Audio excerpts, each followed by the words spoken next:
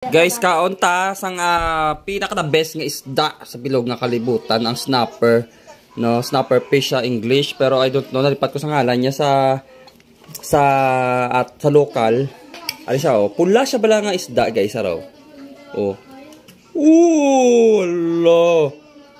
Hindi ka pa na magkaon? Oh. Oh. Oh.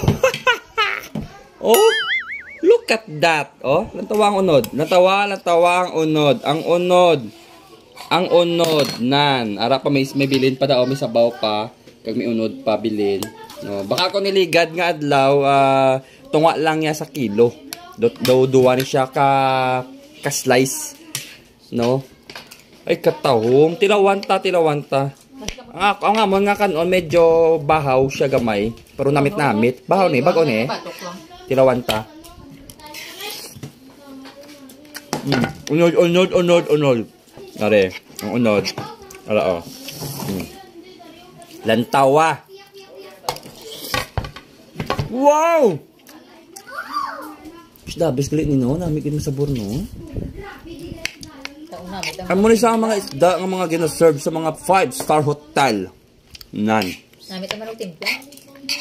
Amo ng timpla di the best man, hindi man basta-basta. Oh, are. May ara may inod.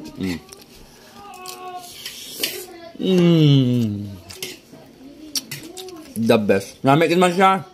Namit. Sinigang, tinula, the best. Sabaw.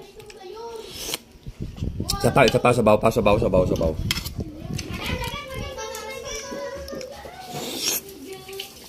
Ay, wow. Ano ka namin? Kagtilawan tadi, oh. Ang ari, oh. Isda. Gamay na lang bilhin kay kingkuha na sa bata ko ang unod.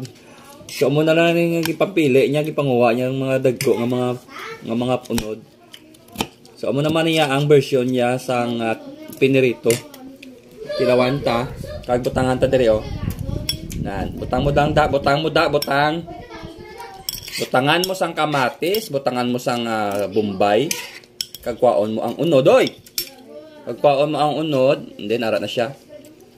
Kag ibutang ta di sa piyak, butangan ta rice gamay. Hop! Oh, ari na ha. Ah.